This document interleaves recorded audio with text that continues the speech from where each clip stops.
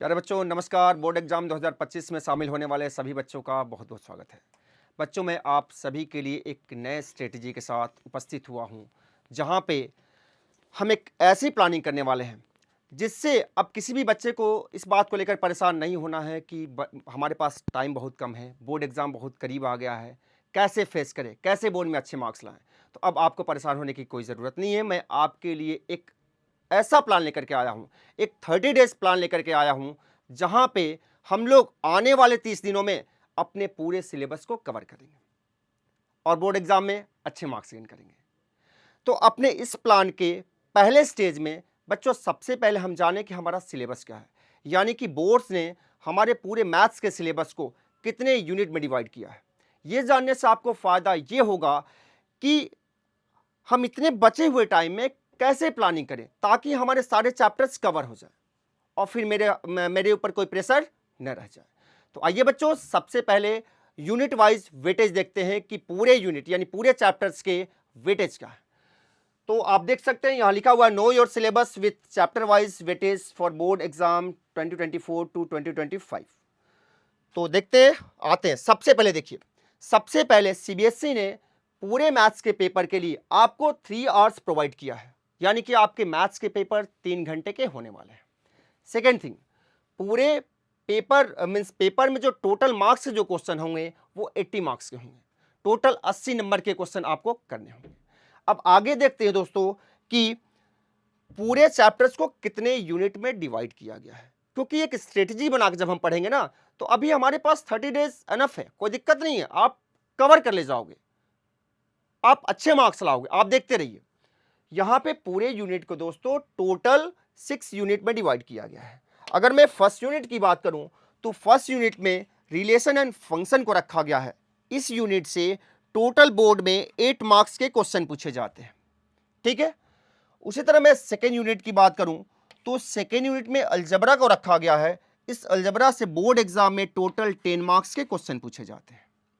उसी तरह कैलकुलस, जिससे आप फैमिलियर हो, आप जानते हो कैलकुलस सबसे बड़ा यूनिट, सबसे भारी भरकम यूनिट, इस यूनिट से टोटल 35 मार्क्स के क्वेश्चन पूछे जाते हैं, बहुत हैवी है।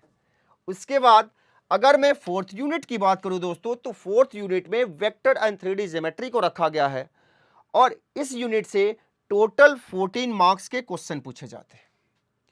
उसके साथ ही साथ अगर मैं फिफ्थ यूनिट की बात करूं तो फिफ्थ यूनिट में लीनियर प्रोग्रामिंग को रखा गया है, जिसमें केवल एक क्वेश्चन, केवल 1 क्वेश्चन पूछे जाते हैं, वो भी लॉन्ग टाइप क्वेश्चन होता है और वो कितने मार्क्स का होता है, 5 मार्क्स का होता है। और उसी तरह दोस्तों 6 यूनिट यानी कि आपके सिलेबस का लास्ट यूनिट, जिसको प्रोबेबिलिटी कहा जाता है, इससे आपके बोर्ड एग्जाम में सीबीएसई 8 मार्क्स का क्वेश्चन पूछता है। तो इस तरह आपके पूरे सिलेबस को ये 6 यूनिट में डिवाइड किया गया है। अब हम लोग आगे देखेंगे, यहां तो हम लोग यूनिट वाइज डिस्ट्रीब्यूशन देखें कि कैसे पूरे सिलेबस को 6 यूनिट में डिवाइड किया गया है और हर एक यूनिट का वेटेज क्या है। अब यूनिट से आगे हम बढ़ेंगे तो हम चैप्टर वाइज देखेंगे कि किस चैप्टर को हम पढ़ेंगे तो कितने मार्क्स हमें आसानी से गेन हो सकते हैं। अब बच्चों जरा गौर से देखना, यहां पे आप कैलकुलस को जानते हो। कैलकुलस आपको यानी कि ढेर सारे बच्चों को थोड़ा सा टफ लगता है, बट पूरा कैलकुलस टफ नहीं है। कैलकुलस में भी कई एक चैप्टर्स हैं, जैसे आप जानते हो कंटिन्यूटी एंड डिफरेंशियबिलिटी है, उसके बाद एप्लीकेशन ऑफ डेरिवेटिव है, इंटीग्रेशन है, एप्लीकेशन ऑफ इंटीग्रेशन है, डिफरेंशियल इक्वेशन है। तो सारे टफ नहीं है, उसमें कुछ ही पार्ट टफ है, बट पढ़ने वाले के लिए कुछ टफ नहीं होता है। अगर देखा जाए कि जो बच्चे काफ़ी कमज़ोर हैं, जो जिनकी तैयारी बिल्कुल नहीं है, तो वो किन चैप्टर्स को पढ़ें तो वो आसानी से बोर्ड एग्जाम को पार कर जाए।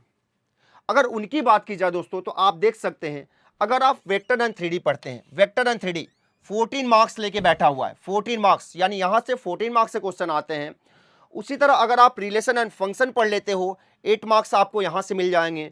उसके बाद आप अलजबरा पढ़ सकते हो, जिसमें मैट्रिक्स एंड डिटरमिनेंट को रखा गया है, यहां से आप 10 मार्क्स गेन कर सकते हो।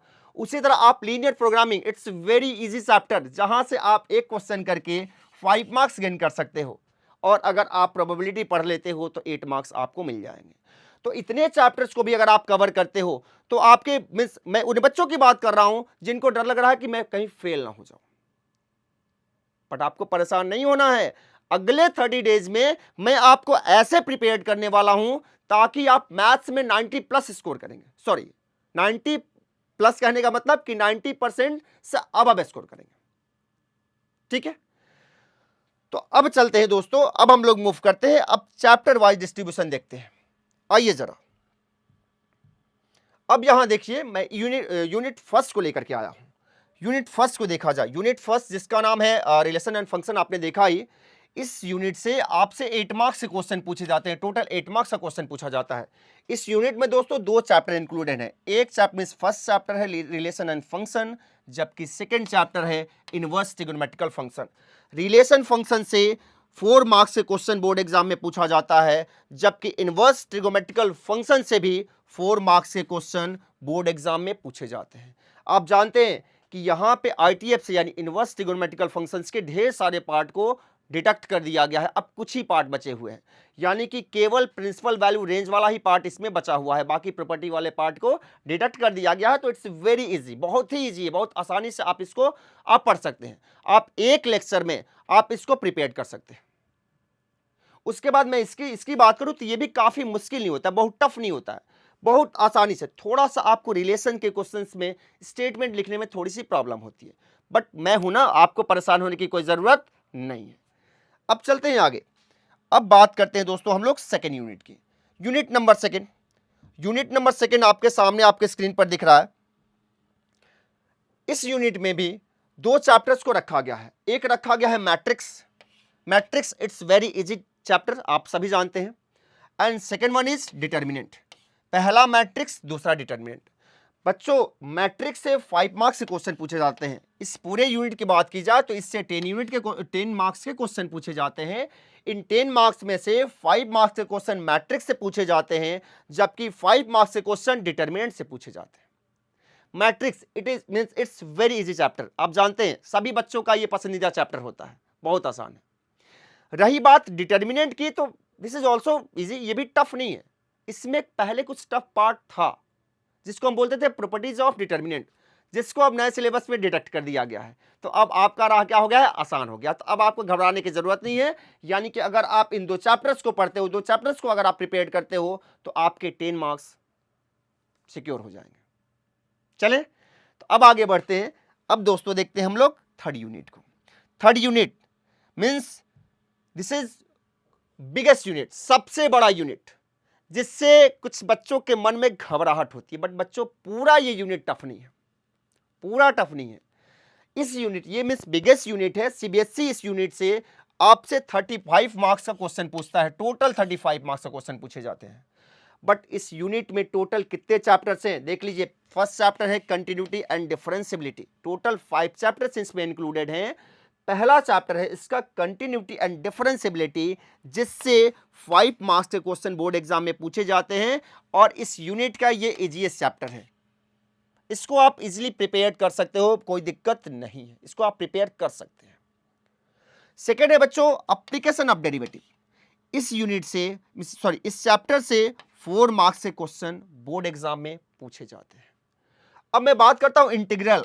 दिस इज द मीन्स इसी का खौफ होता है बच्चों के माथे पे, इसी चीज का खौफ होता है, इसी को लेकर परेशान होते हैं। हाँ, ये थोड़ा सा मुश्किल होता है, बट अगर आप एक अच्छे स्ट्रेटजी से पढ़ोगे तो वो भी मुश्किल नहीं होता है। फॉर्मूले लर्न करने होते हैं, ठीक है। तो ये इंटीग्रल, यहां से 9 मार्क्स के क्वेश्चन बोर्ड एग्जाम में पूछे जाते हैं। उसके बाद मैं आगे की बात करूं तो ये अगला है एप्लीकेशन ऑफ इंटीग्रल, यानी एप्लीकेशन ऑफ इंटीग्रेशन जिसे आप कहते हो। इस यूनिट से इस चैप्टर से 6 मार्क्स के क्वेश्चन पूछे जाते हैं। और इस यूनिट का लास्ट चैप्टर है डिफरेंशियल इक्वेशन, जिसको आप इजीली पढ़ सकते हो, बहुत मुश्किल नहीं होता है। इससे 7 मार्क्स के क्वेश्चन पूछे जाते हैं। तो इस तरह दोस्तों इन 5 चैप्टर्स को मिला करके यूनिट नंबर 3 को फॉर्म किया गया है, और इस यूनिट नंबर 3 से 35 मार्क्स से क्वेश्चन पूछे जाते हैं, और इस तरह चैप्टर वाइज इनका डिस्ट्रीब्यूशन होता है।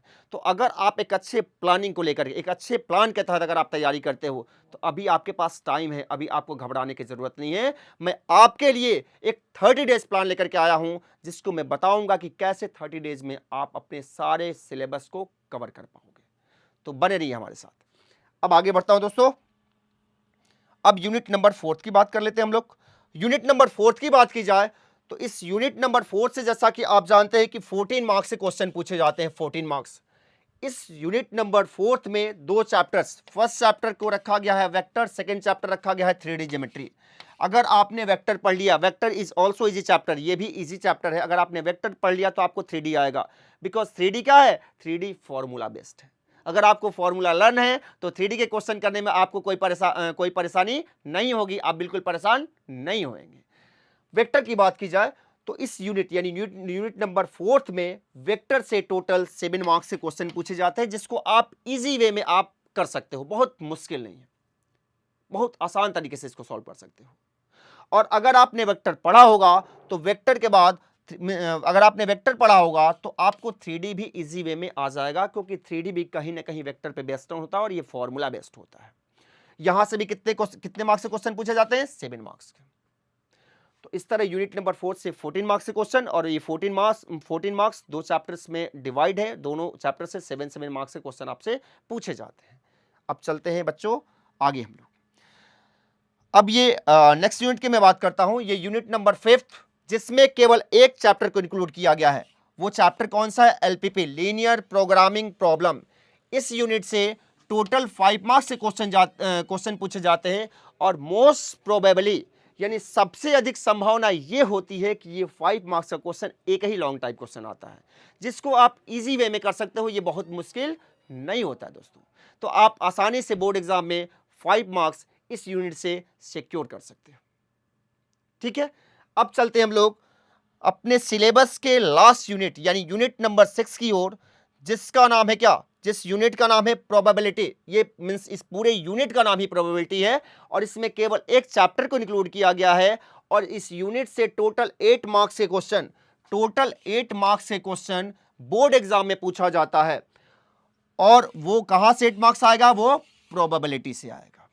ठीक है, तो इस तरह आपने देखा कि सीबीएसई ने पूरे मैथ्स के सिलेबस को टोटल 6 यूनिट में डिवाइड किया है, और 6 यूनिट में डिवाइड करने के साथ साथ किस यूनिट का वेटेज कितना है इसको भी हम लोगों ने देखा, और उसके साथ ही साथ हर यूनिट को हम लोगों ने चैप्टर में डिवाइड करके किन किन चैप्टर्स को कैसे पढ़ा जाए यानी किन का वेटेज क्या है उसको भी हम लोगों ने डिस्कस किया। अब मैं बात कर लेता हूं स्टेट बोर्ड्स की। स्टेट बोर्ड्स में देखते हैं कि स्टेट बोर्ड्स ने पूरे सिलेबस को कैसे डिवाइड किया है, कैसे उसने पूरे सिलेबस को डिस्ट्रीब्यूट किया है, यानी उनका वेटेज क्या है। अब दोस्तों मैं बात करता हूं यूपी बोर्ड का। यूपी बोर्ड इसी तरह कुछ हर स्टेट बोर्ड्स ने ऐसे ही मींस मार्किंग स्कीम उसने उन्होंने ऐसे ही रखा हुआ है। यूपी बोर्ड ने पूरे सिलेबस को टोटल 6 यूनिट में बिल्कुल सीबीएसई की तरह 6 यूनिट में डिवाइड किए हुए हैं।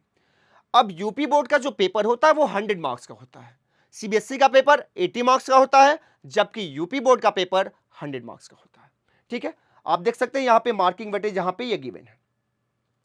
अब अगर मैं बात करूं इसमें यूपी बोर्ड ने यहां पे फर्स्ट यूनिट वही रखा है जो सीबीएसई ने रखा था। फर्स्ट यूनिट है रिलेशन एंड फंक्शन। इस यूनिट से यूपी बोर्ड टोटल 10 मार्क्स का क्वेश्चन पूछता है। ठीक, फर्स्ट यूनिट से 10 मार्क्स। अगर बात करूं सेकेंड यूनिट की, तो सेकेंड यूनिट उन्होंने मींस अलजबरा को ही रखा है, सीबीएसई बोर्ड की तरह अलजबरा को रखा गया है, और इस अलजबरा से वो 15 मार्क्स का क्वेश्चन पूछता है। जैसा कि आपने देखा कि सीबीएसई बोर्ड में अलजबरा में 2 चैप्टर्स होते थे, कौन कौन से, मैट्रिक्स एंड डिटर्मिनेंट। उसी तरह बच्चों यूपी बोर्ड ने भी अलजबरा में इन्हीं 2 चैप्टर्स को रखा है, मैट्रिक्स और डिटर्मिनेंट को ही, और इस यूनिट से 15 मार्क्स से टोटल क्वेश्चन ये पूछता है। अगर मैं फर्स्ट यूनिट की बात करूं तो जैसे आपने सीबीएसई वाले में देखा था कि सीबीएसई बोर्ड ने अपने पहला यूनिट जिसका नाम उन्होंने रिलेशन एंड फंक्शन ही दे रखा है, उसमें 2 चैप्टर्स को इंक्लूड किया है। वो पहला चैप्टर है रिलेशन एंड फंक्शन और दूसरा चैप्टर है इनवर्स ट्रिगोनोमेट्रिकल फंक्शन। वैसे ही सीबीएसई ने भी यूपी बोर्ड ने भी फर्स्ट यूनिट का नाम रिलेशन एंड फंक्शन ही दिया है, और यहां भी इन्होंने भी 2 चैप्टर्स को इंक्लूड किए हैं। First chapter relation and function और दूसरा है इनवर्स ट्रिगोनोमेट्रिकल फंक्शन। अब मैं बात कर लेता हूं थर्ड का, कैलकुलस। यहां भी बहुत हेवी पार्ट, बहुत बड़ा यूनिट। इस बड़े यूनिट से कितने मार्क्स के क्वेश्चन पूछे जाते हैं, 44 मार्क्स के क्वेश्चन पूछे जाते हैं, यानी कि आप एक तरह से कह सकते हो कि हाफ ऑफ द सिलेबस है अकेले। इस कैलकुलस में टोटल 5 चैप्टर्स को रखा गया, टोटल 5 चैप्टर्स जो हमने देखा अभी सीबीएसई वाले में हमने देखा था, इसमें टोटल 5 चैप्टर से पहला चैप्टर है आपका continuity and differentiability, second chapter है application of derivative, third chapter है इंटीग्रेशन, फोर्थ चैप्टर है एप्लीकेशन ऑफ इंटीग्रेशन और फिफ्थ चैप्टर है डिफरेंशियल इक्वेशन। तो इस तरह बच्चों इसमें 5 चैप्टर्स को इंक्लूड किया गया है। अगर मैं फोर्थ यूनिट की बात करूं तो फोर्थ यूनिट में वेक्टर एंड 3D को रखा गया है, जिससे 18 मार्क्स के क्वेश्चन पूछे जाते हैं और इसमें 2 चैप्टर को इंक्लूड किया गया है, फर्स्ट वेक्टर और सेकंड 3D ज्योमेट्री। ठीक है, उसके बाद मैं फिफ्थ यूनिट की बात करूं तो फिफ्थ यूनिट में एलपीपी को रखा गया। एलपीपी बोले तो लीनियर प्रोग्रामिंग प्रॉब्लम। इस यूनिट से वही बिल्कुल सीबीएसई की तरह 5 मार्क्स के क्वेश्चन यहां से भी पूछे जाते हैं और मीन्स मोस्ट प्रोबेबली इसमें एक ही क्वेश्चन आता है और वो 5 मार्क्स का आता है, तो आसानी से आप 5 मार्क्स गेन कर सकते हैं। अगर मैं 6 यूनिट की बात करूं तो 6 यूनिट में प्रोबेबिलिटी को रखा गया है, यहां से ये भी 8 मार्क्स का क्वेश्चन आपसे पूछता है। तो इस तरह बच्चों ये रहा यूपी बोर्ड का सिलेबस, यानी कि ऐसे पूरे मैथ्स के सिलेबस को 6 यूनिट में यूपी बोर्ड ने डिवाइड करके चैप्टर वाइज उसका ऐसे डिस्ट्रीब्यूशन किया हुआ है। ठीक है, अब बच्चों मैं बात करता हूं आपसे, मैं बात कर लूं एक बार। हाँ, अब मैं आपसे बात करना चाहता हूं 30 डेज प्लान का। मैं आप लोगों के लिए एक नया प्लान लेकर के आ रहा हूं, वो प्लान 30 डेज प्लान है।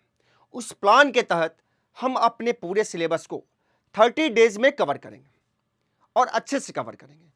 हर चैप्टर के पहले मैं चैप्टर का ब्रीफली इंट्रोडक्शन दूंगा, यानी कि जैसे आप ले लीजिए, जैसे आपने आईटीएफ स्टार्ट किया, इनवर्स ट्रिगोनोमेट्रिकल फंक्शन स्टार्ट किया, तो उसको पढ़ाने से पहले, उसको कराने से पहले मैं उसके जो क्वेश्चंस होंगे यानी जो इसके पीवाई क्यूज होंगे उसको कराने से पहले सबसे पहले मैं उस चैप्टर के सारे टॉपिक्स का मैं ब्रीफली इंट्रोडक्शन दूंगा, यानी आपको बताऊंगा, सारे फॉर्मूले को बताऊंगा, तब जाके मैं क्वेश्चन करवाऊंगा ताकि आपको पढ़ने में आसानी रहे।